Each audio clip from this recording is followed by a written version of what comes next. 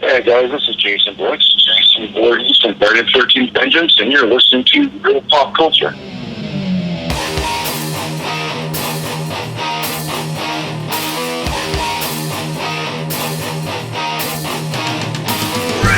Pop Culture!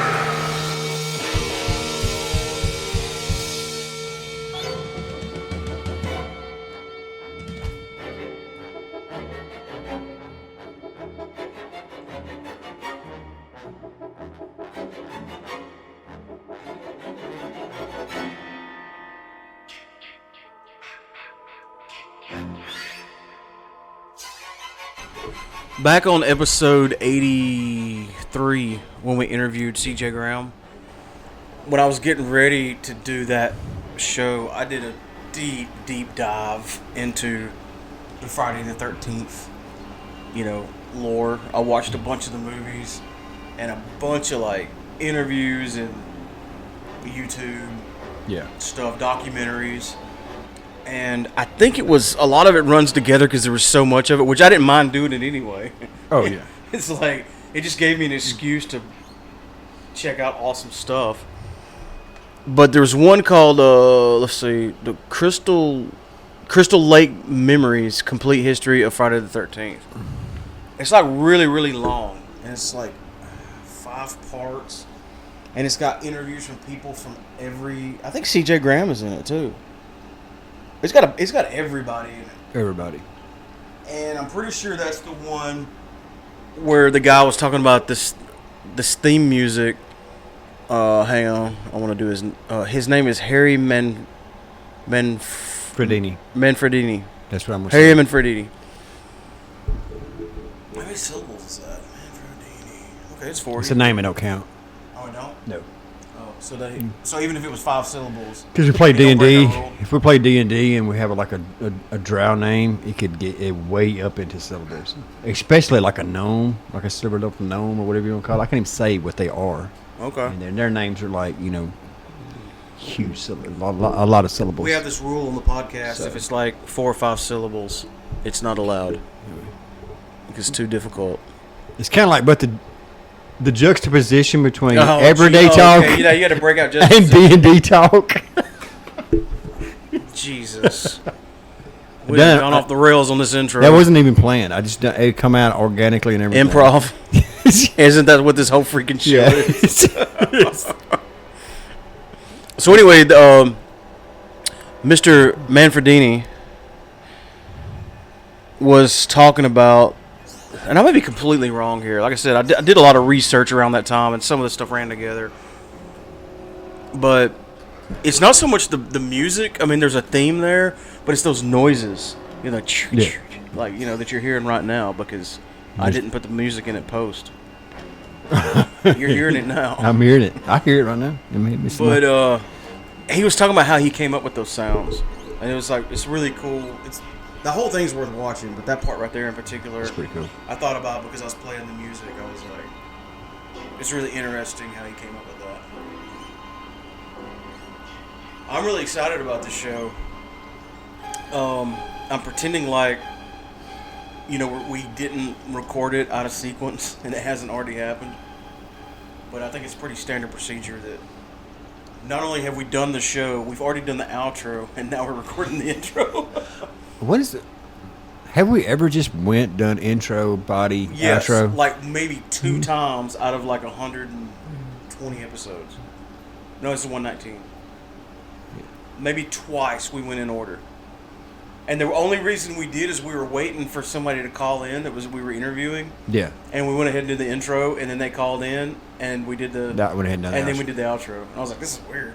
Is that the... We don't have to time travel. Was that the... I don't remember. No, you don't remember. I mean, I know I mentioned it in the show. Uh-huh. So if you go back and listen to all of them, which I highly recommend. Oh, yeah. Shameless promotion. I need to quit spinning while I'm on the microphone. No, man, we had a real good time interviewing Jason Brooks from Friday the 13th Vengeance. That movie is going to be awesome. It's like I was saying earlier, I feel like this movie was made for me. I had a dream and Jeremy Brown from Brown Space Films appeared to me. It's like a Force ghost in my dream, and said, "Mark, I'm fixing to make an awesome movie just for you. What would you like to see?" And I'd be like, "Well, let's do another let's Friday. see. Friday the 13th Part 6 is like the best ever, and nobody ever talks about Jason's dad. So let's do like a movie that picks up right after Part 6, put some Elias Voorhees in there. There you go. Maybe, and I don't know this is happening in this movie yet or not, by the way, but maybe try to talk about what happened from the time, at the end of Friday the 13th Part 1, Jason's a little kid. Yeah. And he pulls the girl in the water. Right. Off the boat. Next time we see him in Part 2, he's like a grown man. Yeah. How many years is that, and what went on during that time? Yeah. That would have been a good question for me to ask Jason Brooks. Probably. Maybe next time I'll remember. Well, the interview's coming It might up. have been spoilery, though, so he might It could have been. He might not could have told me anyway. We'll just say that. That saves you. Yeah. I just saved my... Good save, Mark. Good save. Yeah. So, God, I got so many things pulled up. But yeah, I mean, I know I gush over Part 6 a lot, but it's like I said in the interview, it was like a major course correction for the fans for this franchise. Because Part 4 was amazing. Part 5 was good in its own right, but everybody was kind of upset about it not being Jason. Yeah. And then then Friday the 13th Part 6 comes out and it's like, oh, he's back. Yeah. And had freaking Alice Cooper in it. I'm playing that song on here. I would. I mean, Totally. Play it right now. if you don't, I will. On my way home when I leave. I'll get the master tapes and dub in some Yeah. post-production. I'll sing along. I'm going to sing along Alice Cooper when it's playing if it's not in there. That's a good video. Just to be defiant. That's a good video. Yeah, I think seen we It's played. got clips from the movie. I think we watched it over here building up for the C.J. Graham interview. He was pumping herself up. Man, whenever the freaking RV flipped over on its side and slid, and this is all practical effects. It's 100%. I mean, it's 1986. It's not like they had CGI. Right. So they flipped this RV, it slid down the road on the side, and Jason's like, boom! Smashing the door off, and he goes like just twisting through the air like a tornado took off. And he jumps out, I was like, oh my god, that is amazing. There you go. Right after he just put somebody's face to the side of the RV. I mean, good lord, that's amazing. I think 6 is the first one I seen. And then I went back and watched the rest of them. I honestly don't remember, because in 86 I was young. I was 13. I was so a kid. I was 13. He was Right. 10. What? Wasn't you? Yeah. Wow. I was watching horror movies when I was 10. Yeah. You might have watched it later. No wonder I got so many psychological problems. Well, usually it came out the year it came out between a year after it was made. So if it come out, Yeah, things were different back then. Yeah. Movies hung around for well, yeah. So if when it was on HBO or something, that's all it was. The name was HBO. yeah, because we somehow got. I remember when I was a kid, we got HBO, but we didn't subscribe for it. Right, they have a free weekend every now and then. No, we just got it. Yeah. It was just there, and it wasn't illegal. We didn't. It just showed It just up. shows up. They just Well, I didn't knew do something right. when it first came out, HBO would do a free weekend just to get people to buy it, and they forget to turn the free weekend off. And you just Maybe keep that it. was And it. you would just keep it. Because I remember we had HBO for a while, and we did not pay for it. And then all of a sudden, you could hear it, but you couldn't see it. Yeah. It was all scrambled. I remember the only You difference had to between listen to movies. back in the 80s. That's how poor people watch movies. The only difference between free HBO and paid HBO was they sent you that HBO TV guide in the mail. The HBO TV guide in the mail. TV guy? The HBO TV guide. It's just for HBO. But you remember the TV guy you would buy to check out? Oh, yeah. To see what TV Yeah. shows were coming on Right. and when? You had to have 2 college degrees to read it. It was a big. Yeah. It was like telephone books. Remember you get the phone book in the mail? It's like this thick. It's got everybody's phone number in it. Now you get it, it's like an advertisement. Yeah. That's it. Well, people don't use phones to call anybody anymore. No, they don't use phones for anything. Not landline. Did you remember? Like, I forgot this ever happened. But there was a Friday the 13th TV show. I remember. Yeah. And a video game too. Oh yeah. Nintendo had one. That son of a bitch was hard. Yes, it was. Like Jason would always just show up and kill you. Just bloop. Like that was the game. Yeah. That's It's it. like the movies. Jason just kills you. Yeah, I don't remember much about the TV show, but I remember the TV show. But it didn't have nothing to do with Jason, which was weird because they had a Nightmare on Elm Street TV show, and Freddy, like he was like the crypt keeper. He narrated. Oh, he was the show. like Tales from the Crypt. He wasn't in the show, but he would talk about the show. So like it's kind of like a Tales from the Crypt kind Which, of deal. if you think about it, Jason probably couldn't Talk. be a good narrator of a TV show. He didn't even grunt. He wasn't even like a real zombie. He didn't even grunt. No, he don't make any noise. No, he don't. He's, unless you're Kane Hodder, you're. You know, people say like Kane was breathing. I think he was brooding. Brooding, yeah. Brooding more than breathing. Just like, just mad. mad. Agitated. He Yeah. was like- Yeah. Yeah. He was agitated. Right. He was always mad. Angry Jason. Angry Jason. Hashtag Angry Jason. He was cool in Wishmaster. Who? Kane Hodder was in Wishmaster. He was in Spawn. He was in one of the Wishmasters. He was He's in in a bunch of stuff. You remember? You've seen Wishmaster, right? It's been a minute. He tries to get in, and Kane Hodder's a security guard. He goes, "You can't come in." He goes, the guy's trying to get him to come in. He keeps taunting him. He goes, "If you want in here, you'd have to go through me." He goes, "I thought you'd never ask." Do you remember when Jason was on Arsenio Hall? It was Kane Hodder as Jason. No, I don't remember that. Was on Arsenio Hall. But And he did a whole interview, but didn't say a word. Like, he was Jason. did he choke him? No, he was just very intimidating. It was very just awkward. like, But it was good. You should watch it. It's on YouTube. I'll watch it. It was good.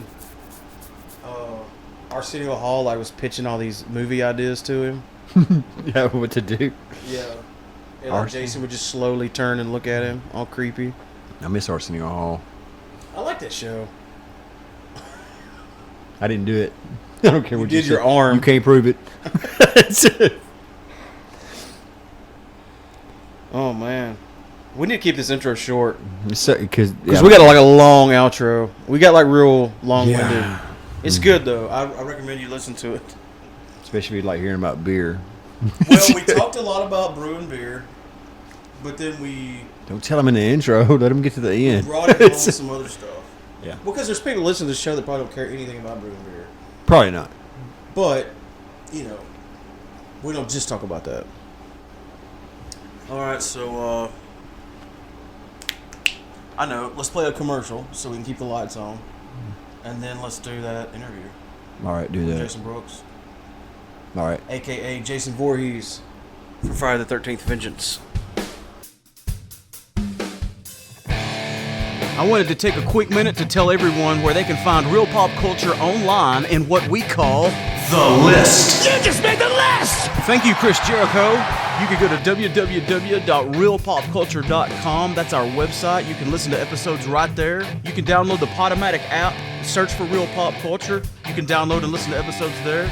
Our Facebook account is facebook.com/realpopculturepodcast. Our Twitter is @realpopculture1. We're on Instagram. Search for us there. We're on iTunes, Google Play. You have to go to Google Play Music and then search for Real Pop Culture. We're on Stitcher, TuneIn Radio, Player.fm. All episodes are re-aired on The Edge Radio US Wednesday nights at 8 p.m. You just made the list! You can go to advertisecast.com and find out how you can be a part of Real Pop Culture by way of advertising. You can give us a call on our voicemail line. That's area code 662-305-9783. You just made the list! And last but not least, you can always email us popculture4real, that's the number 4real @gmail.com.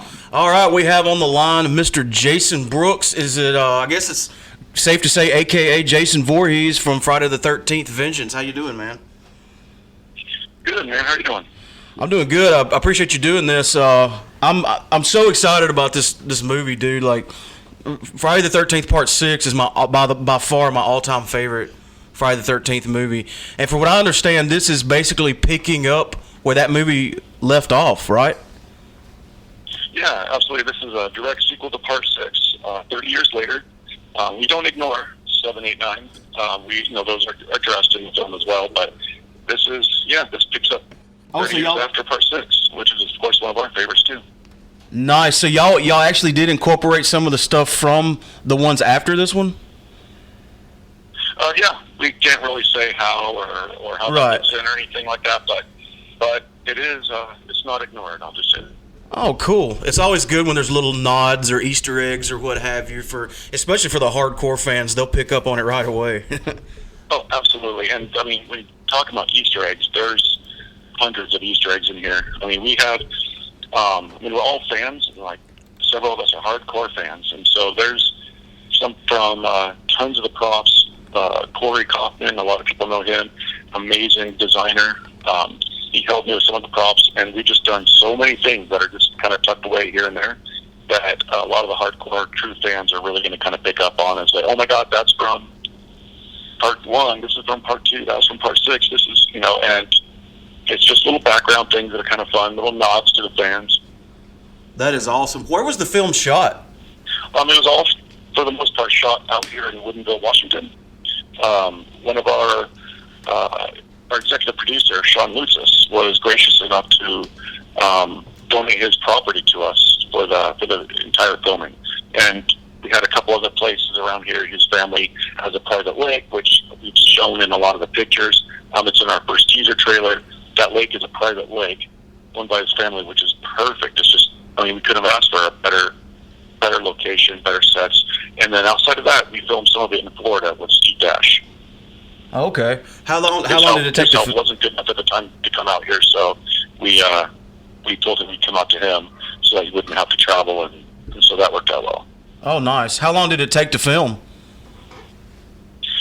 The entire film, it was we had about 2 to 3 days shooting days down in Florida. We had a couple of shooting days last year in September, and then our bulk of it was about 19 days of shooting. We had a really aggressive shoot schedule for a feature film, doing several scenes a day, and but we had a really good organized crew and cast who were able to kind of get it all done and have a couple of units shooting different things. So very aggressive shooting schedule, but we were able to wrap it up. Yeah, that sounds like an aggressive schedule. You typically hear about, 3 months here, 2 months on location there, and it took a year for this. And if you wrapped it up that quick, that's you were pretty busy. Now, if you would differentiate for me the difference between this film called Mythos and Vengeance, do they have anything to do with each other? Or are they part of the same thing? Mythos was the beginning project. That was started by Jeremy Brown, Dustin Montier. A couple of years ago, they wrote a short story for it. It was supposed to be like a 20 to 30-minute film, and it was based on kind of the mythos of Jason, why he looks different in every film, how he keeps coming back, why does he always leave at least one person alive when he's easily able to kill everyone. And so that was kind of the basis around that story. And we had an Indiegogo campaign, and we didn't really have a ton of followers at the time. So, and a lot of attention, we didn't have the right social media presence, anything like that. So not a lot of people knew about it. So we got a little bit funded, and it just wasn't enough to complete it. So we talked, we had a team meeting about it, and we took all the feedback from the fans that we did have. And the majority of the people, they really wanted a full feature-length film. And so we took that into consideration. We talked about it. And Jeremy Brown, the director, he always wanted to do the Elias Voorhees story.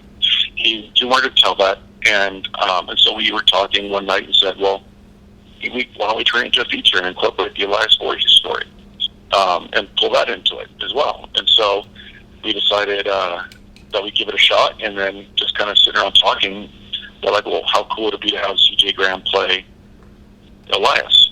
And we thought that would be amazing, and so kicked it around a little bit that night, and then Jeremy was like, should we reach out to him? I'm like, absolutely, what do we have to lose? And this was June 12th last year, and then he said, so he sent an email out to CJ, sent him the Mythos trailers, the concept, what we're talking about, we're introducing Elias story. Asked about if he was interested, and CJ said, "Yeah, give me a call tomorrow," which we did, and he agreed to be a part of the project, which happened to be Friday, June 13th. So, Oh, wow. ever since then, yeah. So CJ agreed on Friday the 13th last year in June, Jason's birthday, and then we basically pulled in Mike Mead. He's an amazing writer. He developed a story around that, and in the end, we got rid of about 90% of the mythos story. The full feature didn't really lend itself to that concept anymore. It's a great concept. Jeremy had some fantastic, wonderful ideas around it, but it just didn't lend itself well. So we had to make the hard choice to move on from that and just make this whole new concept and story, which Mike did a phenomenal job with. And it all came together, and we brought our backers from Mythos over into Vengeance, and then just kind of evolved. So I always wondered why Hollywood, I guess it would be Hollywood or whoever the powers that be, I wonder why they never touched on the Elias Voorhees story, because I think I read something about it, like he appeared in the comics or something like that, and what I read about it sounded really interesting, like a cool spin on the mythos of Jason Voorhees, because you hear so much about his mom, obviously, but there's like nothing at all in the main movies about his dad. I wonder why Hollywood's never touched on that, because it seems like a really interesting thing to bring up for Jason. Yeah, it is. It's like completely untapped storytelling right there. There's, like you said, a few comic books. Tom McLaughlin, who directed Part 6, he was actually going to end the end of Part 6 with a bit about Elias Voorhees. You can look online and you can find the storyboard drawings of it and everything, with Elias showing up to the cemetery where Pamela Voorhees and Jason Voorhees' tombstones are, and talking to the groundskeeper there. But they decided not to film it. They decided to cut that part out. And that was going to be Tom's vision for the next film, for Part 7. But then Part 7 became what we know it today. So It never got done. But we were able to take elements from that, and Tom McLaughlin actually helped us out a bit on this film. And we ran our stories and concepts past him. He kind of gave us what his thoughts and ideas were about it, and this was really extremely helpful. He's a phenomenal human being and just really supportive, and came out to set and hung out with us for a couple days. It was just great. That's awesome, and it's really cool getting C.J. Graham to play Elias. Of course, the people listening that don't know, C.J. Graham played Jason in Part 6. Now he's Jason's dad. Did you get any pointers or tips from C.J.? Did he kind of coach you along on, Jason's stance and his cadence and his overall? Did he give you a lot of good advice? Oh, absolutely. I mean, C.J. has been nothing short of amazing to me. He's taken me under his wing. He's been so supportive. I was a little bit nervous going into it. Like, here I'm stepping into their territory. I don't want to step on anyone's toes. And he just was, from the very first time I met him. And the first time I did meet him was at his house. He invited Dustin, our director of photography, and I down to his place. And so we could do some interviews and get some production photos of him. And when we got there, he was just so welcoming. And I was nervous, but I told him, I was like, I've been watching probably with 20-something hours of footage, behind-the-scenes documentaries with these guys talking. I really wanted to make sure I was really embodying Jason Voorhees from all aspects. I wanted to get in their heads and not just kind of mimic some movements, which anyone could do. I wanted to really understand their thought process, because there's going to be things that I do that they've never done. So how would they conceive of Jason doing this? And he was really helpful. He told me some pointers about being Jason, saying, he likes to lead with his chest. He would hold his breath, which would make him appear bigger, and then walk with power. Every footstep has power to it. And he was, dead. He was zombie Jason, so he didn't think that Jason should breathe. And so he just told me some of the things that he did, and he kept in mind when he did it. Same with Steve. Steve told me some of his things, but ultimately Steve said, just be yourself. Just do your own thing, and it'll be great.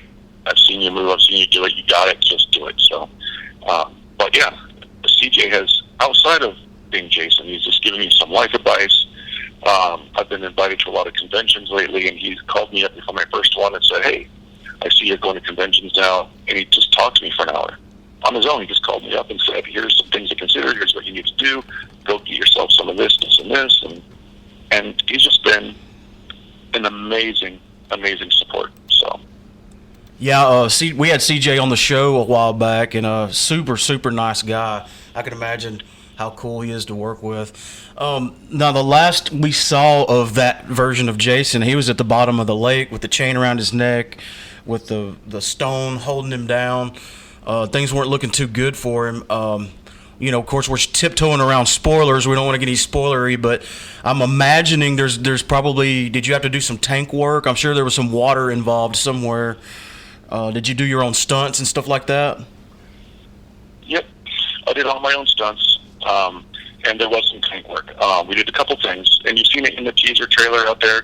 Also, the full trailer, you can see me under the water, where Jason kind of wakes up.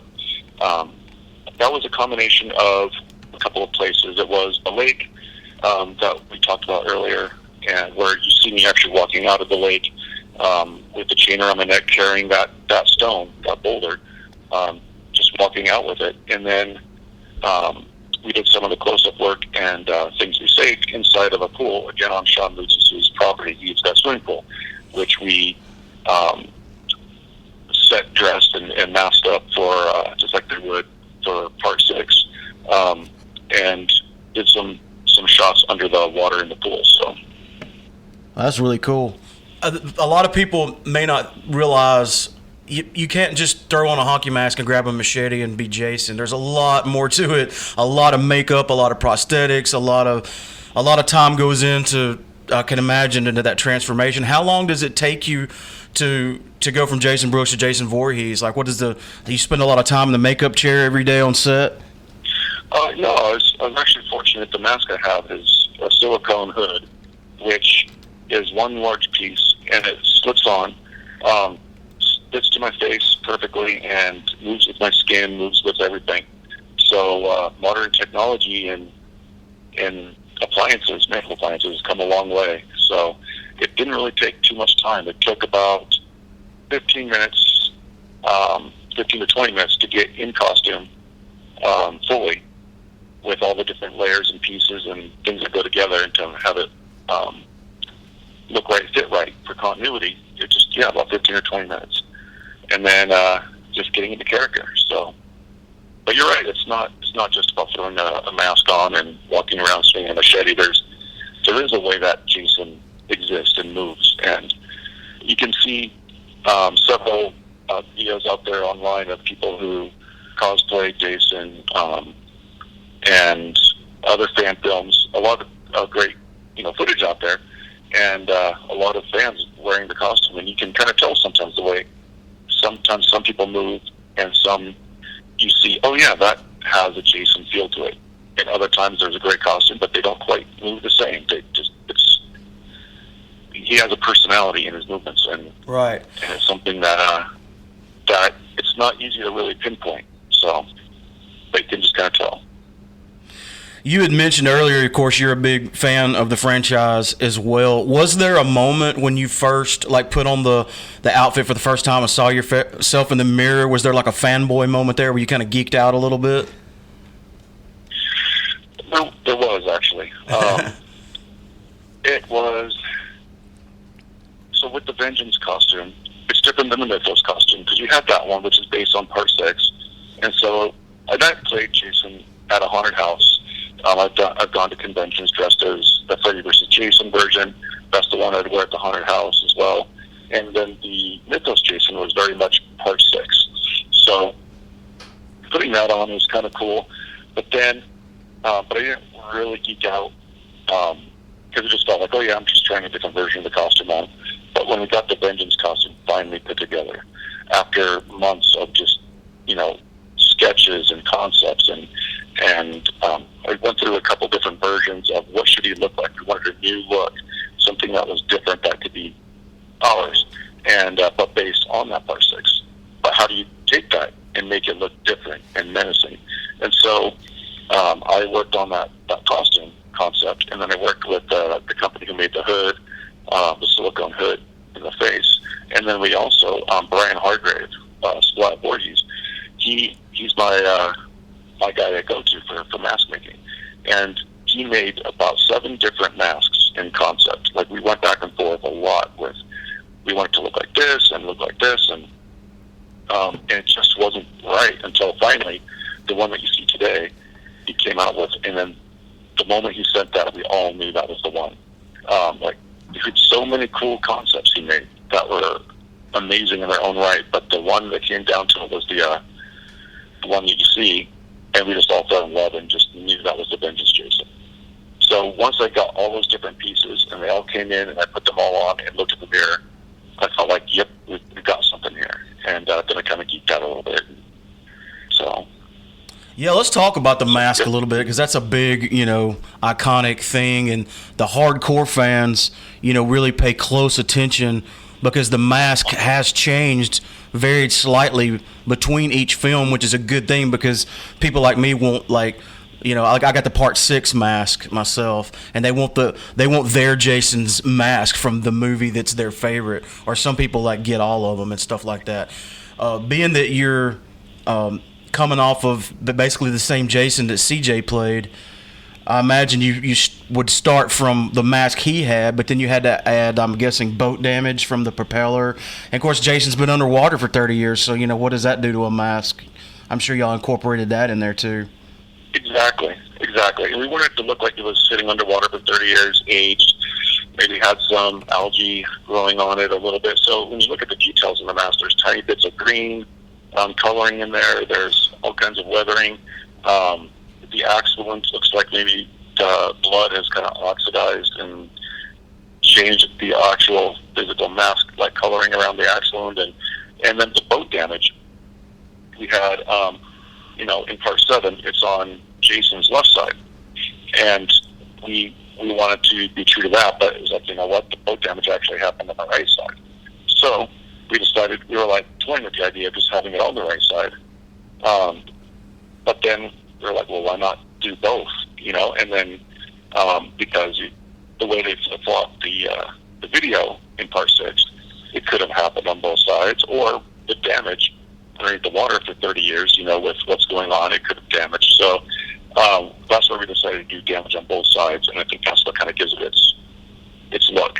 And it has to stand out a little bit. So the way that Brian ultimately pulled that together, took that concept, the kind of the bleeding eyes concept, where all this time they do is just kind of running down, and just the whole thing just kind of fading away.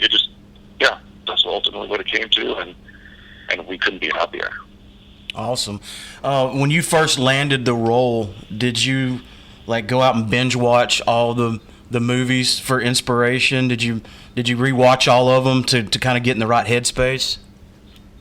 Oh, absolutely.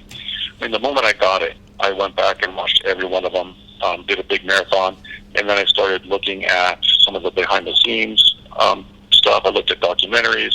I just really, really heavily invested in it, and because I wanted, I knew how lucky I was to be able to get the role, and I was not about to take that for granted, and I knew what kind of responsibility that would be for having that role. So many people wanted to be that Jason.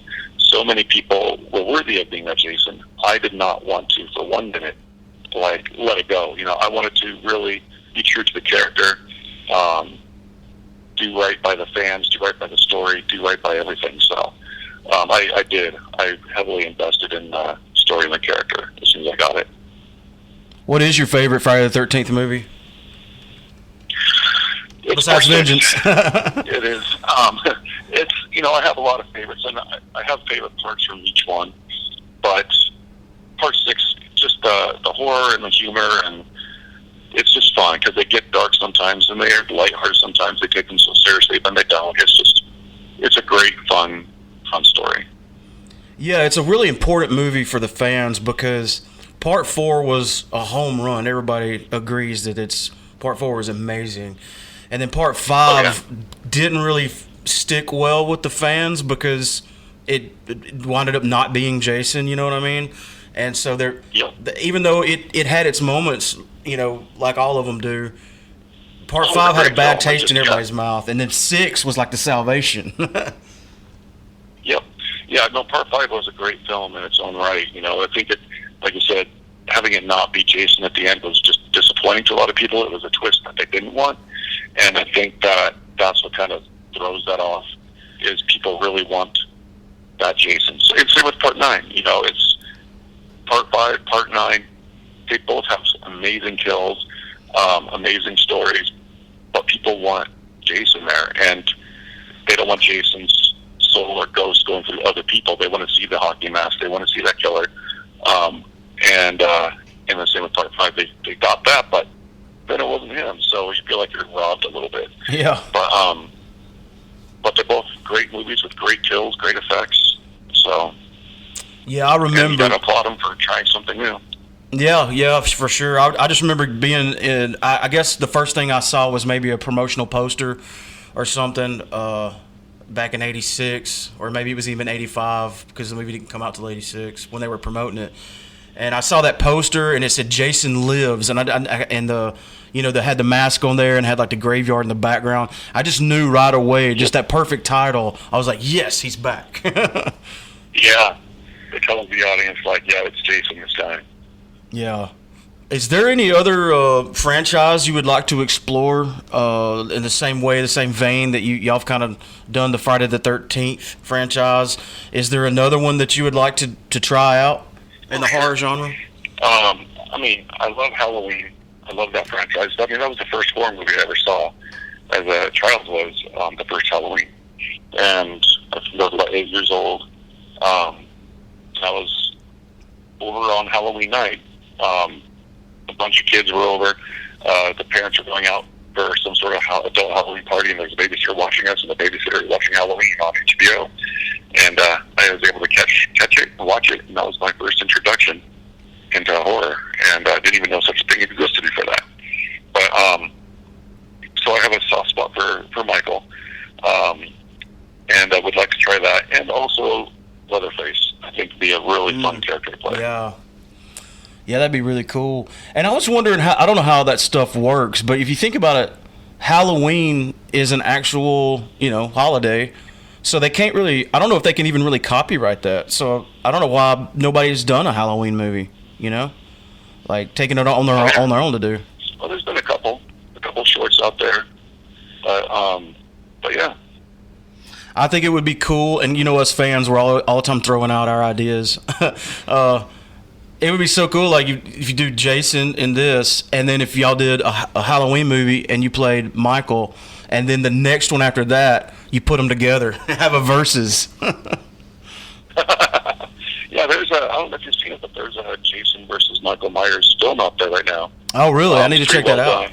Yeah, it's pretty well done. It's gotten quite a few views. Several people have sent it to me, and they did a good job on it. Nice. I'll check that out tonight.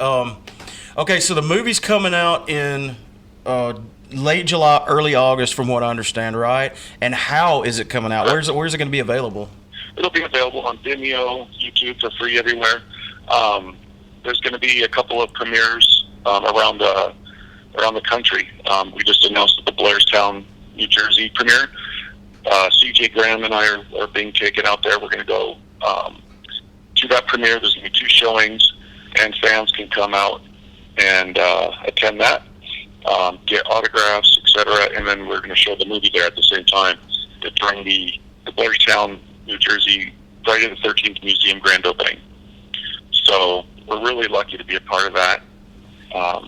It's going to be a fantastic time. Ari Lehman's coming out there that night before and doing an event, so he'll be there too. It'll just be fantastic. And so that's one of our big premieres. And then we're also going to have a couple of local premieres up in Seattle.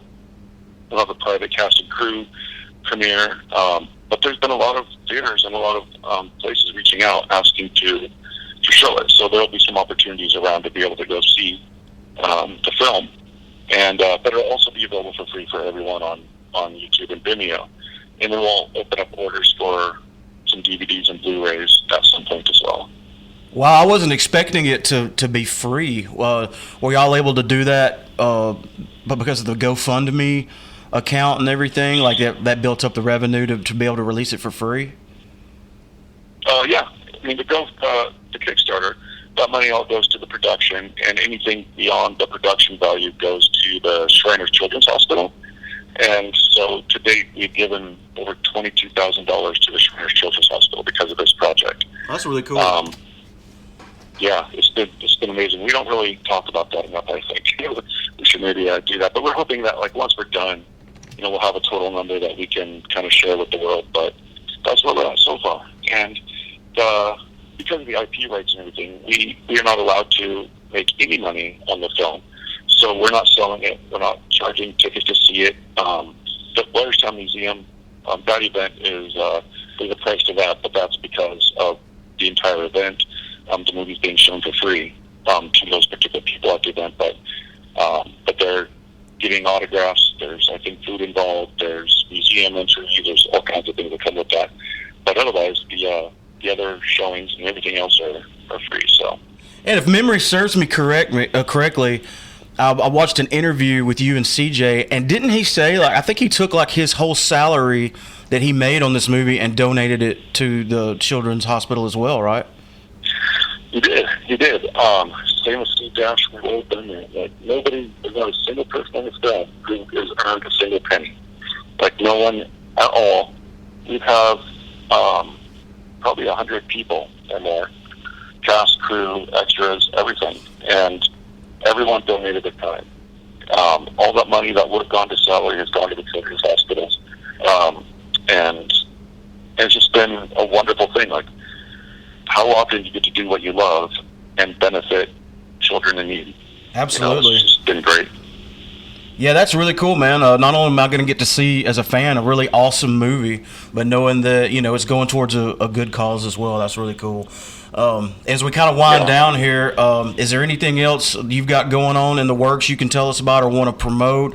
Do you have any other GoFundMes or Kickstarters or any projects that you want to talk about, appearances? No, I mean, at this time, I'm just kind of focused on getting Vengeance wrapped up. I'm part of a couple of other movie projects coming up. Like, there's a television show concept called Medics, being produced by a guy named Don Shell. You can find that on my IMDb. Snowfalls is another project that I'm a part of, and that one's led by Jules Valenti, who wrote this story. It's about military and PTSD and whatnot, and that's an amazing story that's being put together right now. And a couple other things that people reach out to me about, but nothing real official yet. And then in the meantime, just been invited to a few conventions, gonna make some appearances, sign some autographs, meet some fans, and finish up Vengeance. So. Yeah, I can imagine there's going to be a high demand for appearances, especially after the movie comes out. I hope you get to make it down this way in the Southeast. We'll definitely come out for get you to sign my mask and a DVD. Well, man, I sure appreciate you calling in, taking some time out to hang with us for a minute. Really looking forward to the film, and we're gonna definitely get the word out to everybody best we can on our end, and make sure everybody's aware of it. And we can't wait till it hits you said Vimeo and YouTube. Can't wait till it comes out. Yeah, absolutely. Thank you so much. Really appreciate the support. All right, man. Well, you have a good afternoon, and thanks again. We'll talk to you later. Hey, you too. Take care. All right. Bye-bye. Yeah, bye-bye. Shadow Stalkers Paranormal is a non-profit organization, a level-headed team with a knowledgeable background who tries to explain and debunk, not taking things solely as paranormal. They try to help their clients with an understanding about the paranormal. Shadow Stalkers Paranormal also gives back to the community by way of sponsorships, such as this one, fundraisers for historical sites and individuals with terminal illnesses. They strive to make their team better and make a difference. You can find them on Facebook, facebook.com/Shadow Stalkers Paranormal 38821. They're ready to believe you. I have to readjust because you're on the other side now. Uh-oh. I had to move you away from the air conditioner, which I will not turn off again. It's not happening. It's good that you turned it off for the interview, though. Absolutely. Yeah, I could hear him a lot better with the air. You're recording, aren't you? Yes, we I all had a recorded. crazy thought. We all was muffin aluminum. We all beer can muffins. Oh, I was like, what the hell are you talking We all was about? beer can muffins. I was sitting there looking at your big Batman doll action figure. Excuse me. Yeah, we don't Action call them figure. dolls, bro. They're totally action We figures. should get some casting sand and cast him, and y'all make a big aluminum beer An can aluminum Batman. Holy shit, that'd be amazing. Y'all got enough. Oh, yeah. Y'all got enough to do it. We got a lot of ingots. I That's think what they're called. They're not beer can muffins. Beer can muffins. Jesus, That's that a sounds whole lot horrible. better. They're ingots. Okay? You in words? Pure aluminum, too. Yeah. I mean, I think 100% pure. I think it would be cool to have a. And just for those of you that don't know that are listening, Kelly built like this forge thing. This small, would you call it a foundry? It's a forge. A foundry's like the whole. Yeah, the whole. I guess. Yeah. I don't know. It's a Kelly foundry. Some metalworking stuff. And we melt beer cans periodically down into these ingots. And we use a muffin tin, so that's why he's saying beer can muffins. And like one little muffin, and I'm using my sarcastic air quotes, one of your little muffins, constitutes about 80 to 100 beer cans. Because a beer can is not pure, or a Coke can, any kind of can, it's not pure aluminum. There's a lot of trash in it, too. Like the tab. A lot of people think that's aluminum, but I think it's tin. Tin. Or not steel. That'd be... And And the paint and all that stuff, you know, like there's a lot of trash. And it floats to the top, and you rake it off, and you pour it into the thing. And the reason we do that is because we were later down the road going to make some castings like you're talking about, and you want to get it to a pure aluminum form before you know that's the first step is to purify it.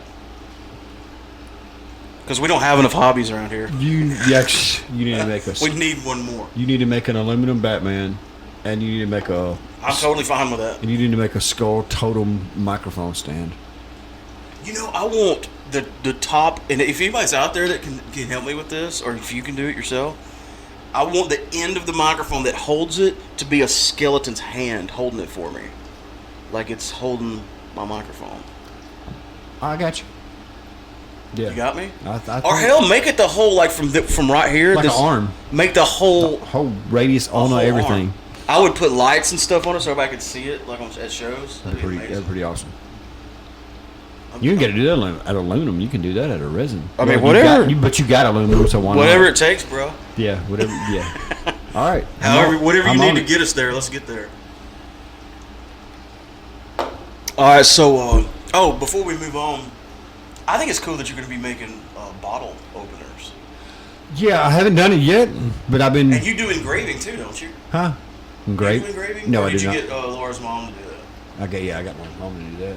Because it'd be cool to have some like engraved with like real pop culture or the whole 100 o'clock brewing. If I can get this down in the rustic way that I'm going to do it, and make it you look, want them to look old school and make it look decent, then make it look like an antique. yeah. I don't want to, but I got a lot of. They're so easy to make, and I've watched videos of like bottle openers that are these big, huge Goldberg machines on how to open a bottle. That's crazy. Like you put the bottle in there and you flip a switch, and it takes like 4 or 5 seconds for the bottle opens. It's pretty cool. But I'm not doing anything like. Oh, it's awesome. Adam Savage built one. Okay. Adam Savage done it's okay, right? I just don't want to wait 4 or 5 Oh seconds no, for my beer but to you be know what I open. mean. It's I want to get it open as fast as possible. I like that kind of stuff, so I'm gonna build some bottle openers that are a little overkill for a church, basically a church key or a bar key. Bar keys, yeah, that's what they call them. Those big bar sons of tool, guns, bar- yeah, tool, yeah. You could like hit somebody in the head with one of those bad Yeah, boys. this little Use it as a weapon. little You flat. would not make it to an airport. I'm gonna detector. no, you're not. But I like it. If I had a full blown torch, I would make some out of thicker metal, just to as a weapon. Yeah, the metalworking in my brief knife making career, it's really interesting. Like, I only made one knife, and I've got plans. I had plans to make more. Obviously, I've cut out another one. That's one of those hobbies that I still would like to do. It's great, but I'm gonna but have to wait till I yeah. like some stuff's just gonna have to wait till I retire. Exactly. Or something. That's me. That's me. I just gotta put that on the back burner for now. But Like- it's really interesting how that works. It's like How to temper the steel. It's like and all me that. and making beer, but I refuse to wait till I retire. Yeah, we put that on the front burner. I just a necessity. found other friends I can talk and to give me money a month to boot. Yeah, we figured out a way. Dude, we've said this on here before, but brewing your own beer is really economical.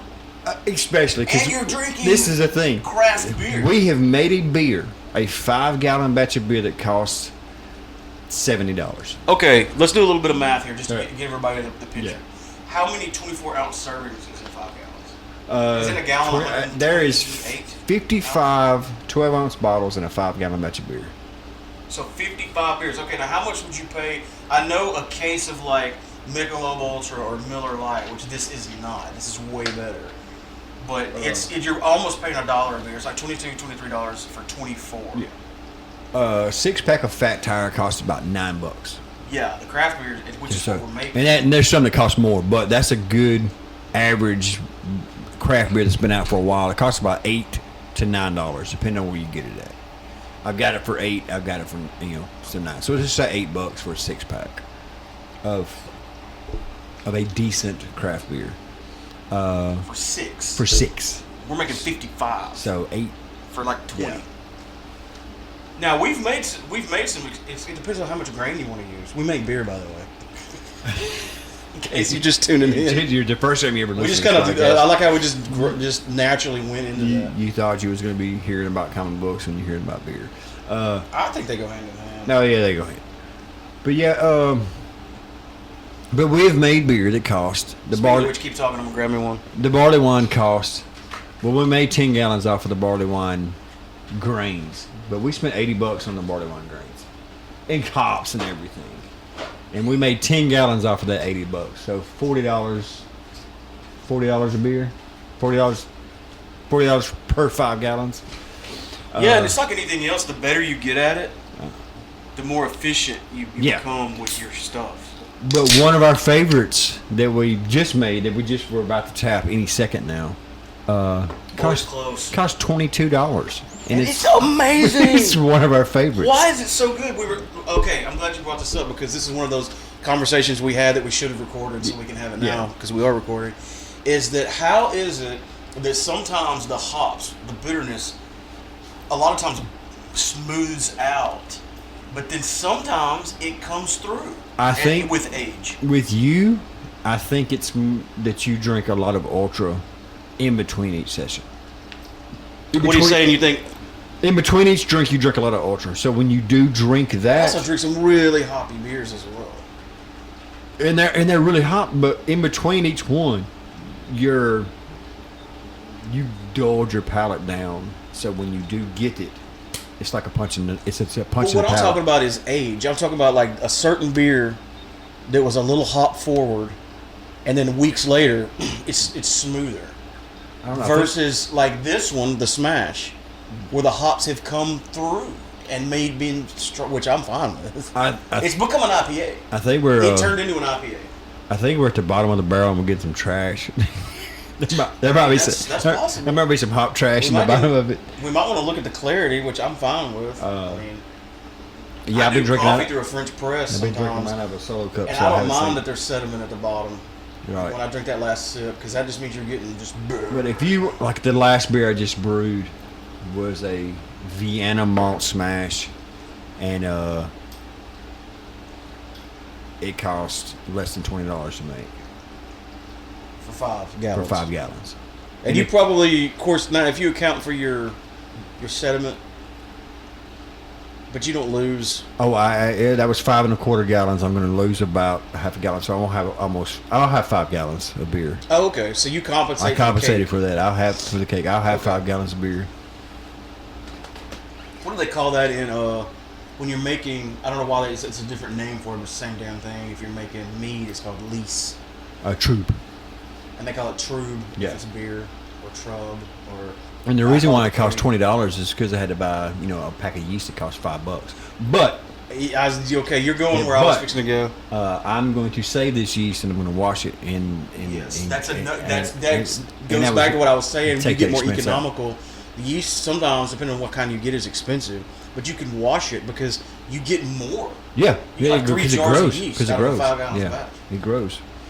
But it's Exponentially. yeah, I'll get 2 to 3 times as much out of that one pack that I can use again. I mean, if you really wanted to be frugal, these people that wash their yeast, they'll get like 3 mason jars. Mm-hmm. Okay, and that's after cantering and everything. Is it cantering or decanting? Decanting. But if you were really frugal, you didn't have to use that whole freaking jar in a 5-gallon batch. No, I don't think so. We're using a packet, a tiny little envelope. There's a lot in that packet. If you start shaking it out, there's a lot in there. There's a lot of dried in there.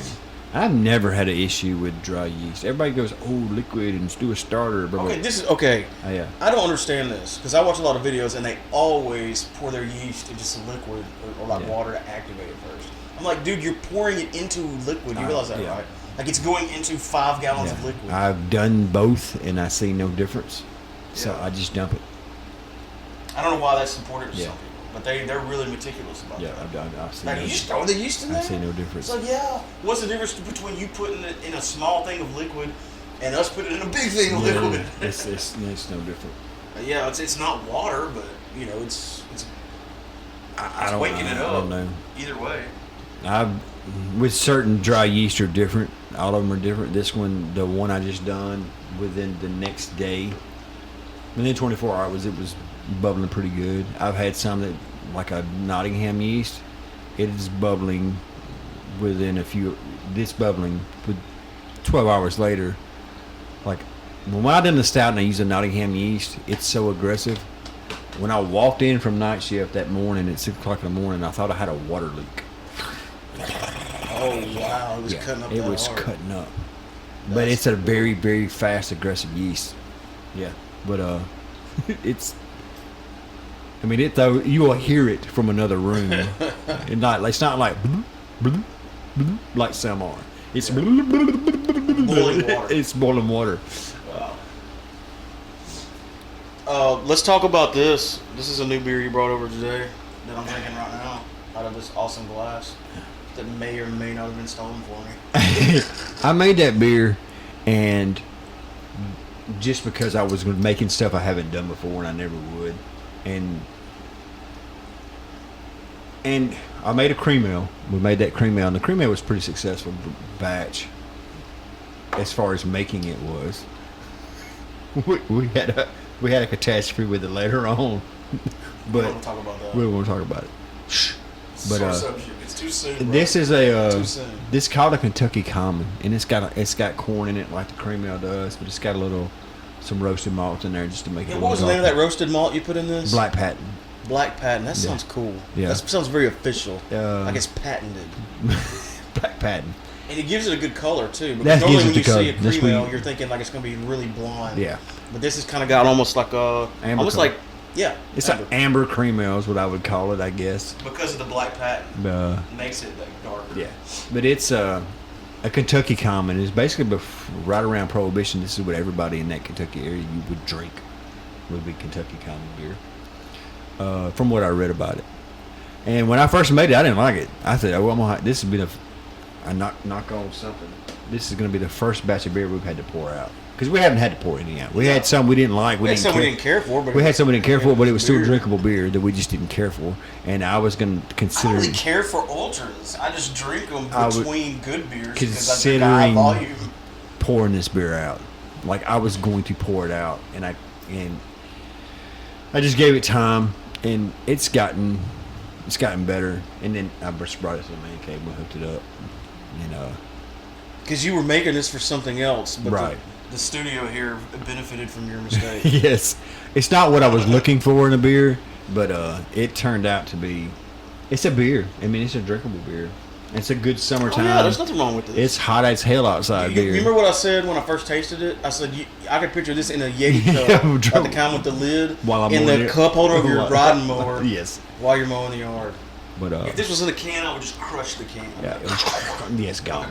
And it's only got like 4% alcohol in it, so it's not a very It's not a monster. It's not a monster. It's a big slammable beer. It tastes like it has more alcohol than it does, just because of that dark malt. Yeah, I would call it a beach beer. It's a good beach beer, right? I love our.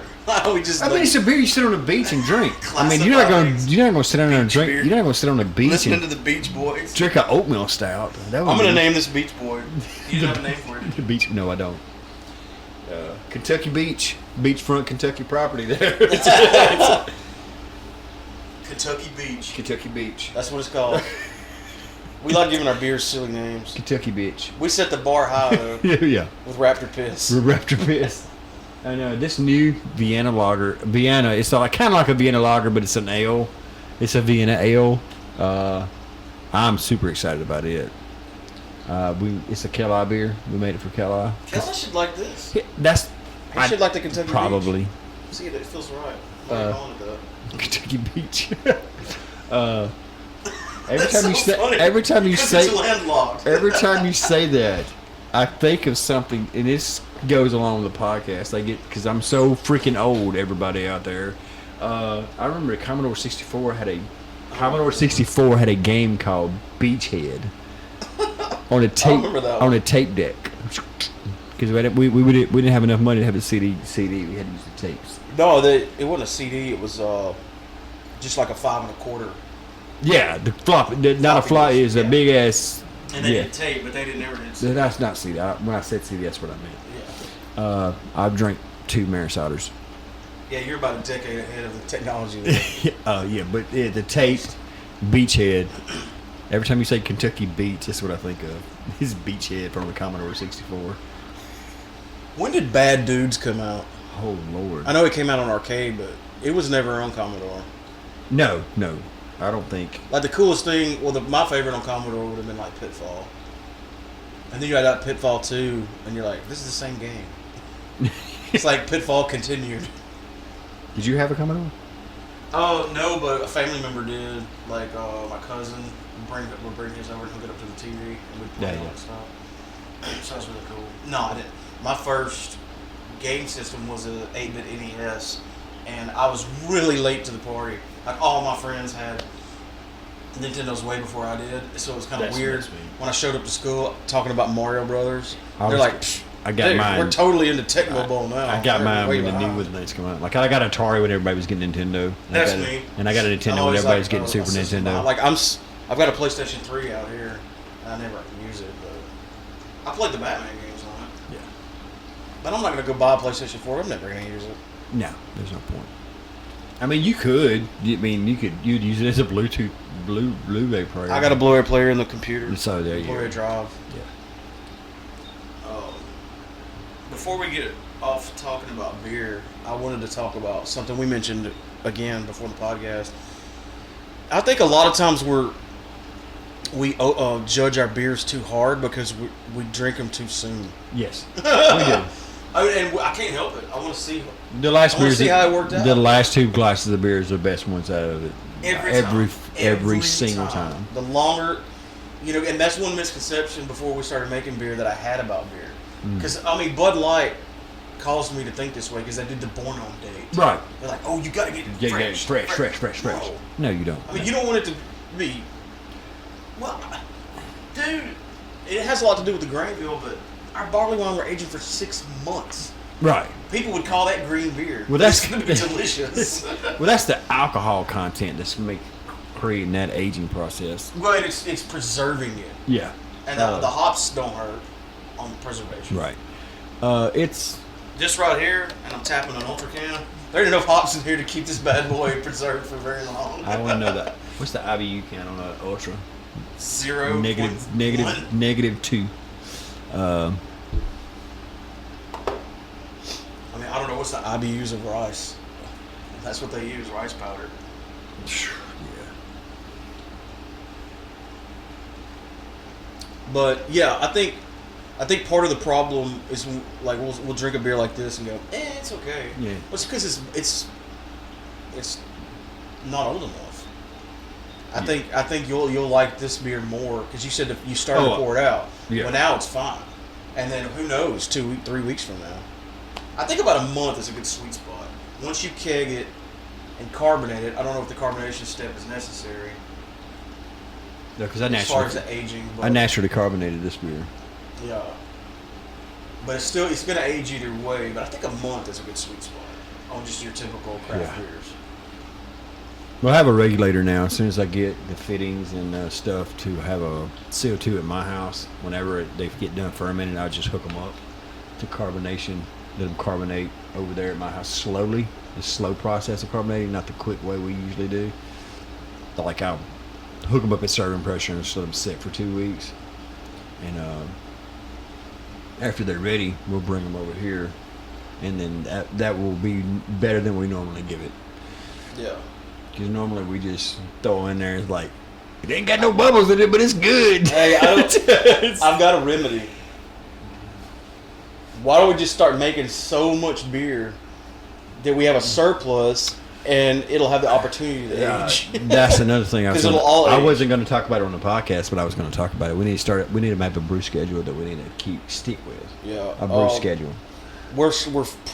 I don't have all the details yet, but there's some big stuff going on over at the Edge Radio US. Yeah. Where we're syndicated through on Monday nights at 8 o'clock.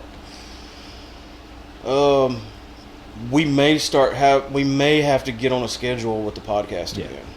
We should. It's better. We've been cranking them out pretty decently. Yeah. We haven't been taking like long breaks. But I don't have all the details yet, but I think we're going to have to start putting out shows on the on a regular schedule. And that can coincide, Yeah. I need to. Speaking of getting on a regimen. I need to start to see if you got a USB mic I can more. I do. I got that blue mic. And I can just hook up and. I got that blue mic, the Snowball, I think it's called. I listen to so many audiobooks. I can record some content. Yeah. Of some sort. Absolutely, anytime. That'd be great. Yeah. Because we're going to need more. Or if you just want to do it with your phone, as long as you're in a quiet place. Yeah. Not at work. Not at work. You can't hear shit when I talk at work, can you? All I hear is background noise. It's horrible. To 10. Before the people that don't care about brewing beer tune out, I was going to say, I told you about that show Swamp Thing? Yes. The TV show that just started? Dude, it is like really good. You need to... What's that on? The DC Universe. Oh, yeah. I heard that. Yeah. Me and, who was I talking to about this on the last show? But the streaming wars have begun. Speaking of There's streaming. a bunch of new paid app subscription-based stuff coming on the way. There's something coming on Amazon Prime, and I don't have Prime. That's coming on, and I want to watch. So. I mean, I've got a Prime account. No, really? Do you? Yeah. Okay. I don't know if it's legal for me to say this. That's why. Okay, well, you can edit it out then, because I'm gonna have to use it. I'm not saying you can have my password. I'm just saying I can give you my password. Well, I'm not gonna order anything off Amazon. If I do, it'll be for the homebrew club. So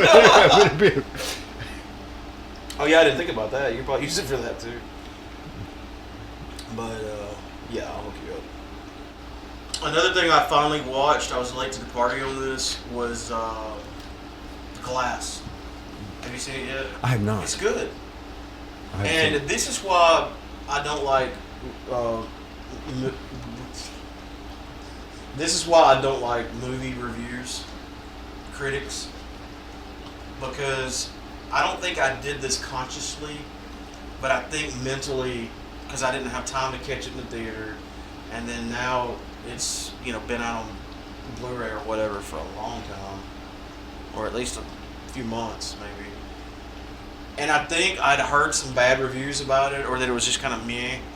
So I think subconsciously, because I got so much other stuff to watch and You watched that instead. I think I just let it almost slip, and I should have watched it sooner because it's really good. It really tied those trilogy together really well. I like it. If there's reviewers out there that say it's not good, they're wrong. There you go. Which happens a lot. Well, There is a segment on this podcast I listen to called Do you know how long it's Movies That Don't Suck, Even Though People That's Say They do. We haven't done that in forever. It's been a minute. I just missed that theme music that we made for that. Yeah, It's exactly. hilarious. it's pretty. I thought of a movie the other day I wanted to do that on, or do it for, but I can't remember where it was now. What are we looking at? 20. We're at about 25 minutes. What else we need to talk about? I feel like we talked about beer too much. But that's what we've been doing. That's what we do. It's what we've been doing here most It's of hard the not time. to talk about the things we do. Yeah. Oh, we had a show last night. I had to work Killjoy had a show in Jackson, Tennessee, at the Naked Turtle. at the Naked Turtle. We haven't done the intro yet. I may talk about it at the intro too. But what I was going to tell you is it was funny because we were going to run through the set. Mm-hmm. Our first plan was everybody meet up because we're all scattered everywhere. We're going to run through the set, load the trailer, haul ass to Tennessee. Well, then Sean came back and said, hey, I got to work. Oh. So we're not going to be able to practice. I was like, we'll do it live. Yeah, there you go. That's fine. I mean, we've been playing shows. Like, we're not that rusty. Yeah. Then, the day of, he said he don't have to work. So we get here, we set everything up, because we're still tore down from the last gig, which was, what, the mud bog thing? Yeah. And we set everything up, we run through the set, or we're going through the set, and this just dark, the blackness comes over. Like, I'm looking out the window, and there's no sunlight. Yeah.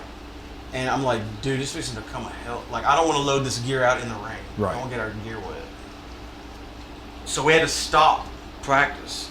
To load of gear. We should have never even, like, if I'd have known that, we'd never even set the shit up in yeah. the first place.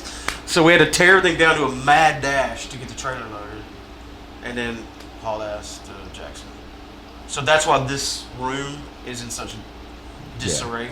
That ties into why you asked me why my guitar was laying in the floor like somebody It probably, just probably threw fell over. it while Just kicked it. We're trying to get the hell out of here before the bottom fell out. It was a good show. Had a good time.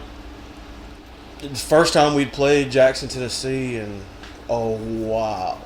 I thought it was y'all's first time ever. Well, I'm such an ass. it was Blake's first time. I was giving it. Yeah, I was teasing him about that too because he made that thing that said we're making our debut. Good debut at Jack, yeah. And I was like, well, okay. What about the other 25, 30 times we played there?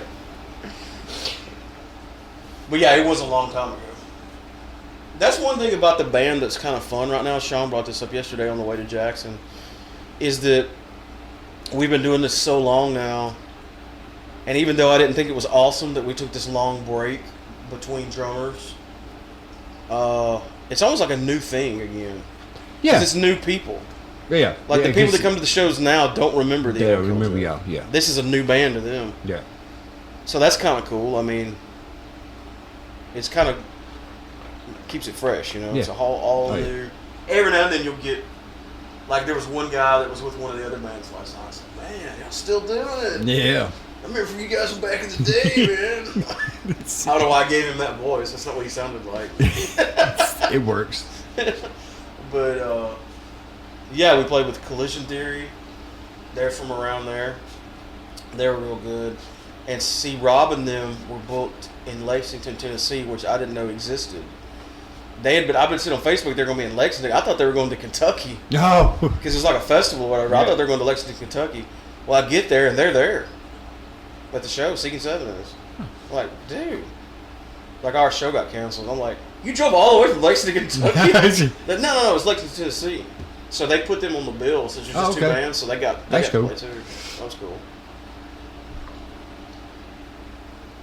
But they know them though. They play. They played up everybody. Matter of fact, Jenny, the girl that books most of, if not all, the shows at the Naked Turtle, as of today, is managing Seeking Seven now. Oh, okay. Yeah. Well, it was announced today on Facebook. So, what else we got? Is that it for an outro? That was a good interview, man. Yeah, I think it was. Good. I couldn't hear it from where I was at, but I've heard bits and pieces. We've had 2 Jasons on the show. We've Now. had 2 Jasons on the show. We've had 2 Jasons, a Leatherface. All you need some Michael Myers and. Oh man, me and Dick Warlock, who played Michael Myers in Halloween 2, we've emailed back and forth several times. We just can't. And you need a Freddy. We can't get it together. That's the problem with Freddy. There's only one. There's 2. What? There's 2. Not really. Not really, but you can't. Oh yeah. Oh, you talking about the remake guy? I mean, it was okay. We've talked about on here. What was the voice? Well, it's just what we're used to. I mean, and me and you disagree on this sort of thing too. I think it was too much like the first one. It was like a carbon copy of the first one. I think it was too much of trying to be the first one. Okay, I can see that. When I say it needs to keep the same storyline, it needs to keep the same storyline. That don't mean the actors need to mimic. I want them to add a little bit of their own, stuff. But as far as don't try to reinvent the when wheel. I say adding new stuff, I mean the actors' mannerisms and stuff like that is what I mean. But I don't know that guy's name. You can delete that out just in case we ever interview. I don't sound like an idiot.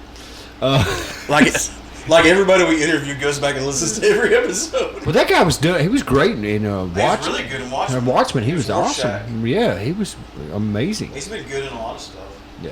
And he was fun as Freddy. It was just that voice. It's just we're used to the other thing. And then the thing about Jason has been played by different people. I know Jason don't talk. And you got the advantage of the mask. The mask. And he don't talk. Right. But with Freddy, and every one of the films was the same actor, the same voice, the same mannerism, same face. It was always Robert Englund. Yep. Always Robert Englund. And that's a big, big shoes to fill with Robert Englund. And he's teased doing one more. And I'm like, why not? Yeah. I mean, okay, you're old. I get it. You want to retire. Yeah. But, okay, you ever heard of Stuntman? Like, for all the action stuff that he's too old for, put the makeup on a guy that looks like you, let him do all the action, and you do all the, the acting stuff with the face. I mean, stuff. Robert Englund, he was like when Freddy's talking and being funny and being creepy and being Freddy. Yeah. Close-ups. Do Robert Englund. Yeah. And then, all right, action time. Get the young guy. Get the young guy out here. Throw a striped sweater on him. Let's do this. And Robert Englund, he was great.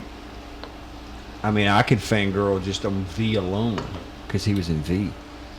He does smaller shows and stuff, but part of the problem with getting somebody like Robert Englund is that there's so many podcasts out there. There's so many people asking for him. Yeah, he's so easy.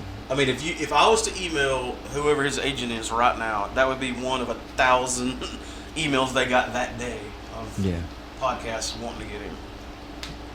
So, We didn't do that though. It worked. Of course, it wasn't Robert Englund we're talking about, but we come out here one day. It's like, all right, we got to do something for Halloween. Let's do it. We got on the phone. We started calling people, and we got a good interview out of that. We got Waverly that way. Remember? Remember when we got Waverly Mansion? Oh yeah. We just got out here and said, "Hey, let's do it!" Boom, and we just went at it. Yeah, because we had talked about doing Waverly from the inception of the podcast. I'm like, why don't we just call him? Yeah. And like an hour later, we had booked. Yeah. It's like it's just amazing what you can do if you just try to just do it. Yeah. So I mean, we can say, "Oh, he'll never be on the podcast. He'll never be on the podcast." That's true. But they're definitely gonna be on if we don't ask. It never be on here if you don't ask. That's true. We've been really lucky though. Like, jeez, and like everybody, like there's such a nostalgic thing with this. All my entire childhood, I've covered. I've helped interview my favorite author of all time. R.A. Salvatore. Yeah, so I mean, and we've had again 2 Jasons on here. We've had Michael Berryman. Just the other day, and again going back to my childhood, I'm playing Mortal Kombat. When I'm like freaking. We've had Scorpion. 16, 17. I've interviewed Daniel Pacino who played Scorpion. Just Sub-Zero and Johnny Cage. I mean, you ain't got to be a Scorpion fan. He covers a lot of them. Yeah, that's true. It would be pretty cool if he was ever at a con close enough we can actually get him sitting down in a chair and talk a little longer. I hope Jason Brooks makes it down this way. Well, I don't know where he's from. I'm assuming it's around Washington because that's where they shot the film, but I may be totally wrong. But if we can Well, I mean, we know who put some in the Huracan. Washington's a long way away from It's a Mississippi. long way away from Mississippi. But, you know, they'll do it. They do a lot of appearances. Yeah. Especially when this movie He's going comes to be in out. New Jersey. It's just, you know, he's went over. All he's got to do is come down. How far's New Jersey from here? I don't know. Not as far as Washington. That's true. I actually flew one time from Atlanta to Seattle. Oh, yeah. You had a That's gig. the longest you can fly within the continental Yeah. U.S. It was only like 4 hours, though. It may not even been that long. That's when y'all drank all the beer off the plane. That was. We drank the Y'all plane out have of beer. drank. Well, I don't blame you. You and Kelly. No, it was all of us. Well, but y'all also drank the. Well, we had like anxiety about flying. And Y'all stuff, had you know? also drank the Peabody out of Ultra. I'm not proud of that. I'm proud of drinking the plane out of beer. But he's like, hey, Kelly's like, hey, Like we drank the Peabody out of Macallan. Now that would be cool. woo! Yeah, we'd still be working off that credit card too. But No, what it was is I don't know how the stewardess knew we were in a band, but we were flying to Seattle to play some shows, and we just kept ordering beers, and they ran out of like a certain kind, so we just swapped another kind.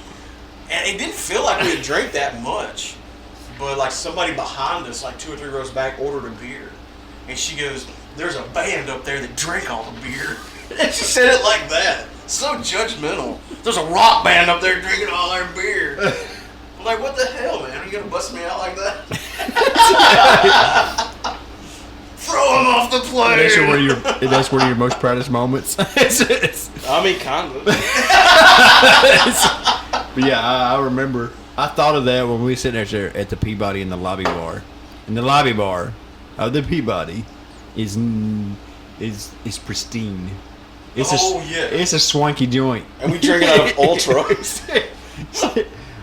He's like, "Can I get into the Ultra?" I'm sorry, we all have drank all the Ultra. This is what I should have said, if anybody asks, tell them it was a cooler beer. Like friggin', I'd have to have Hopsecutioner. No. Tell them we drink all out of Yingling, at least. Yeah, something. Ghost River. Yeah, because that's from Memphis. Yeah, they have Ghost River on tap. You drank a Ghost River at Power Hot Roast. roast pizza. How was that? It's good. Oh, I would call it a blonde. It's probably a blonde. You know what's funny how my tastes have changed when it comes to beer? This is what I noticed about your craft beer taste. You'll be drinking your Ultra, and you'll drink a blonde that I have, and you'll go, oh no, and you start everybody drinking your Ultra, because I don't know. You just like, if I'm gonna drink an Ultra, I'm gonna drink this Ultra. I'm not I gonna. don't know. I've drank some of the ones you've made, and I was like, this is like an Ultra, but with flavor. Yeah. It's I'm not gonna. If I want to drink an Ultra, there's no sense in making it. It's already been made. Man, you have a real problem with rice powder. I'm sure I'll get there and do one. There's really no point. I was making a joke. If this Kelly beer don't work out, I might. Kelly should like this beer. It's not. If he don't, it's I not- will. It's not anything forward. Like there's Oh, nothing. no. It's a little. nothing It's a attacking little you. malt forward, but it's good. not malt. like in It's a not a stout? negative kind of way. No, it's good. Yeah, I think you undersold it. It's pretty good. And that's that. And I mean, I'm not going to enter in a competition or anything, but I'm glad you thought it was not good enough. oh, that's a different to keep, beer. and you brought it here. That one had. Oh, we're talking about two different We're things. talking about two different things. Okay. When that gets carbonated, which will probably Oh, be. he'll definitely like that. Oh yeah. I was talking about this. Okay. All right.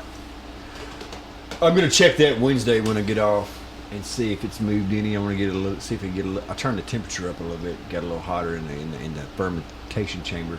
I don't know what. Are you talking about in here? No. I don't know. That thing's got a mind of its own. Every time I open the door, it's a different temperature, and I don't mean because of the outside of interference of me opening it and changing the temperature. What I'm It's all over thinking the place. is we're gonna have to redesign your bar, and you're gonna have to get a deep freeze. It's just gonna happen. You're gonna have to get a deep freeze, and you're gonna have to make a kegerator, and to hold all these beers we're gonna be making. Yeah, we need to line the whole bar with You need to line the paddles. whole bar with paddles. I don't care if it's outside where the refrigerator is. That'd be cool. Yeah. Well, because you could run the lines, like it could be housed in and cooled in here. Yeah, we can and run the the taps line, could yeah. go outside. Yeah. Or you can have the freezer outside and you can run them inside. Either way you want to do it. Or you can just go outside and get a beer. Well, it's tough in the summertime. Yeah. For a refrigerator that's outside. Yeah, that's true. And I have that. I'm dealing with that right now. Yeah. Yeah.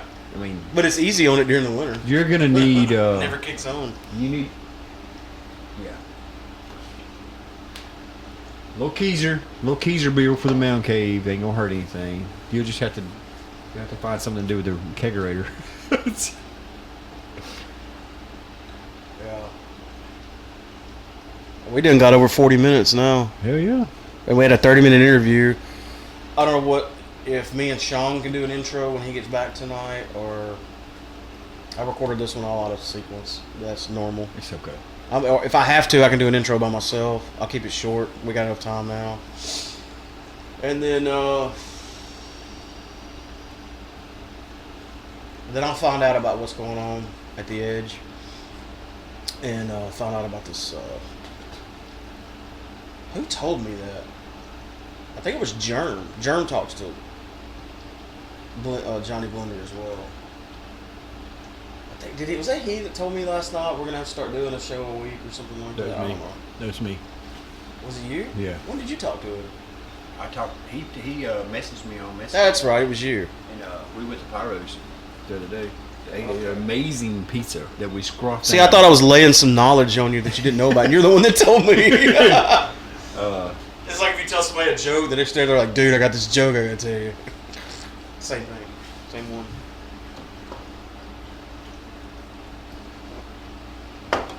All right. Thanks to Jason Brooks for calling in, hanging out with us for a minute.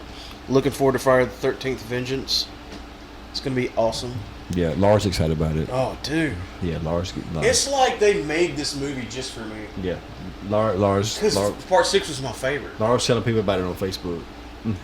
And I like how... That was another reason I wanted to get him on here, because I wasn't aware of it. And I want to make people aware of it, you know? Yeah. Like, we got a show. People listen to it. I think 4 is Lars' favorite.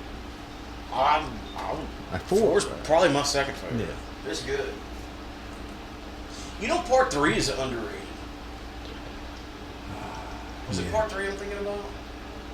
I get them part mixed 3 is up. where you got the hockey mask. I get them mixed up. I do on sometimes which one's too. which. But I feel like the big studio people have dropped the ball. And I don't know who that is, like Hollywood, on making the big budget studio. Is it who owns them? Paramount or one of them companies like that? Whoever owns the intellectual property of Jason and Friday the 13th. It's been, how long has it been since that last one came out? It's been a while. Oh, I have no idea. Let me Google that real quick before we go. I'm gonna let y'all go in a minute. Just calm down. It's just called Friday the 13th. That's not confusing at all. It came out in 1980.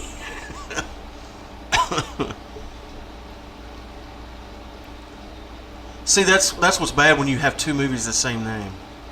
You know what I mean? Okay, Freddy vs. Jason was in 2003.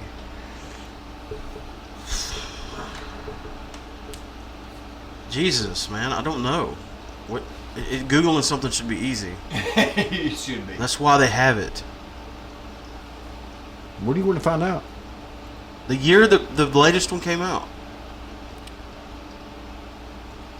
And all I can pull up was the first one. Okay, let me do this. Last Friday the 13th movie. Let's be very on the nose about this. 2009. Dude, that was 10 years ago. Yeah. They haven't released a Friday the 13th movie in 10 years.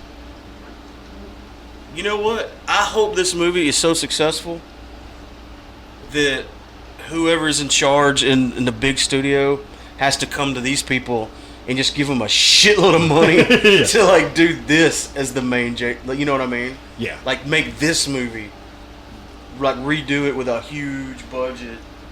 Oh, Keep yeah. all the same people, keep everything. and put it in the theaters. Why can't we? Let's make us a fan film on YouTube. I don't think we could do it. Why not? Because we're too silly. Yeah, It can be like a. we can barely do a podcast. It could be like. It could be like. We're gonna do a movie. It could be like a House 2 horror movie that's funny. I liked House 2. I did too, and I usually don't like that much comedy in my horror movies. I want my horror Dude, movies, The Evil Dead. but Shit's amazing. I wasn't. But dude, House 2 but the thing about it is, but from going from House 1 to House 2, Yeah. because House was creepy as hell. That I need to go back and watch that. That part where he's like the dude, he's like sitting there and he's all dead, and like when he's in Vietnam, he picks him up and drags him off. That was deep. And then House 2 is funny. But in a Ding Dong, You're Dead. I mean, was that House 3? Is that 1? I think it's 2. It's 2? I don't know. It's been a long time. I need to go back and rewatch those. Aluminum Cthulhu.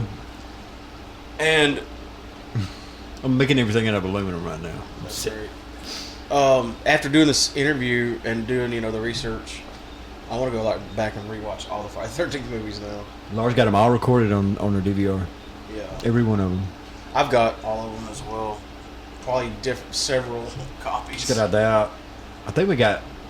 If it's a big trilogy that Laura likes, it's on the DVR, except for Friday the 13th. But I got it in the box set. Mine fills up. Except for I record too many shows and I tell it to do every episode. we got a genie. A genie. We got a genie with some big one. It's got the thing.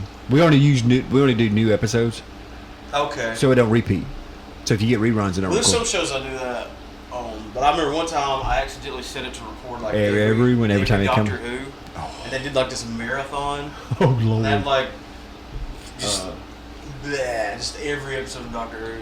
So we There's been a lot of them. like all the I got the box set for Nightmare on Elm Street. So recorded all the Jasons. We got all the Michael Myers because Laura's a Michael Myers person. We got all the freaking Harry Potters. All the friggin' Harry Potters. I like Harry Potter. I'm not. I can say freaking Harry Potter. I said that just for your sake, but I like it. Yeah, it's a gateway drug to fantasy for kids. I mean, I don't hate Harry Potter. Yeah. I just don't watch it. I'd rather watch Lord of the Rings. Yeah, I agree with you 100%. If that's an option. The thing is, where I think Harry Potter, I don't know why we got on Harry Potter episode, but the thing is, like, little girls getting into, like, little girls, they kind of steer away from D&D and fantasy, Lord of the Rings altogether. They used to. They used to, I think Harry Potter is their gateway into that. That's the gateway drug. Yeah. Welcome to Nerd Town. Yep. Come for the Harry Potter, stay for the D&D. Yeah. Are we still recording? I think we are. I feel like when we get to the end of the podcast, we just kind of like forget that we're doing a show. And we're just have our bullshit. best stuff. Dadgum is I'm fly. going to tell everybody that Mark asked for a D&D session for his birthday. Damn right I did. For his 43rd. Whoa. Birthday. We gotta talk numbers, dog. That's low. What are you going to do when you for your 43rd birthday? I want to play D&D. Damn right I do. It's a good game. That's the only way I can get everybody together. Is make it a demand. Oh, okay. All right. I command you to play All right. Dungeons and Dragons. We've played. It's my birthday request. We can't even. I mean, we got so much stuff going on between the podcast and brewing beer and Right, but I'm not. I mean, Somebody we're brewing want- beer more than we ever have. somebody wanting to be a rock Think star about over the here. hurry up and wait with brewing beer. Oh yeah, we played that. I agree with that We 100%. could do a podcast. Yeah. We could play D&D while we're doing it. We could do both. 100%. I agree with that. They coincide. We're Ah. together doing things. This is not podcast Don't material. do just one thing. I have a challenge for you. What's that called? editing. When you do multiple things? Let's multitask. I listened to a D&D YouTube channel the other day when they was playing a session. It was like a 30-minute session. But when the DM spoke certain things, it was edited where he added the sound effects of the creaking door, of the screeching hag, of the The bats flying off. That's the thing. There's a place you can find those sound effects, isn't it? Yep. Just not a feasible thing. Sorry, I phased out for a second because I just realized something. I was looking at that case right there and I saw the dent in it. Last night when I was on stage, my pedal board, I put it in this case, and I got all my cables hooked up to it. And I just flip it open and hook them up. Well, I left the case on stage, and I stood on it last night, and I think I broke it. I forgot all about it. You got it in a moment, huh? Yeah. So whatever you were saying, that's where my mind was. You have no idea what I said. We were talking about sound effects. Sound effects in a D&D recording. Ooh, that's a good idea. Screeching doors. Kind of make it like full audio drama. Full audio drama. Like some audiobooks do that. Because all you need is background noise and. That one time we recorded us playing D&D and had the epic music, the D&D music in the background. But I listened to one and it actually had the door creaking and stuff like that. That would be cool. I mean, it would take more time. But that's not a time-sensitive material. No, it's not. Yeah, and I think it would make a better product at the end. I was listening to a podcast the other day, and it made me. I'm leaning way back away from my microphone. That's gonna be a problem. It made me feel better about our audio quality. Oh, our audio quality is great. Maybe I'm such a stickler because I'm used to recording music. When you say, I apologize for the audio quality. It's usually better than a lot of the podcasts that I listen to. Yeah. I mean, Joe Rogan is top notch, but it's freaking Joe. They have 4 SM7B microphones, $1,000 mics sitting out there on the table, and God knows what else. Yeah. Oh yeah, it's insane. They got crazy money, and they have a Jamie. Yeah, for our budget, I think for what we're have access to. I think our audio quality is good. The thing about when Jamie is monitoring the whole entire thing, and when he brings his friends out there who is drinking, and one guy who brings the wine and the cheese and everything, and he'll whisper to Joe, he's like, somebody's chewing cheese in the mic. He's like, hey, quit chewing. I mean, that's just the most disgusting thing you could do. It'd be like, you're chewing cheese and smacking in a mic. Stop it. And so he's got like a smack monitor. Yeah, we don't have a smack monitor. A smacker monitor. Yeah. That's funny. All right, let's get out of here. Yeah, let's get out of here. We got like a damn hour outro here. Sweet. Thank you for listening to Real Pop Culture, episode 119. We gotta get out of here. Wait, I didn't do my thing. No, you didn't. Let me start over. I'm not editing that out either. They need to know I'm not perfect. We don't edit shit. I do edit stuff. All you do is close up gaps. You're not wrong. I don't heavily edit this show. I'm not taking away from what you do, but it's getting easier.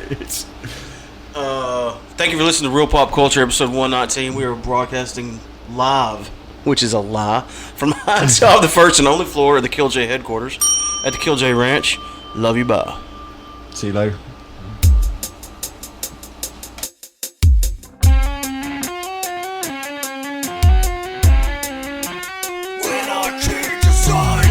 Those new band shirts look awesome. Where did you get those done? At Anarchy Design.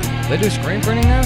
Oh yeah, they do professional custom screen printing at a very competitive rate. Well, where can I find them? Look them up on Facebook, facebook.com/anarchydesign69, or email them at anarchydesign69@gmail.com. You can check out some of their work on their Facebook page. When you're ready to order, you can send them your idea, or they can design it for you. It's a one-stop shop for all your screen printing needs. That's anarchydesign69@gmail.com. It's a one-stop shop for all your screen printing needs. That's anarchydesign69@gmail.com.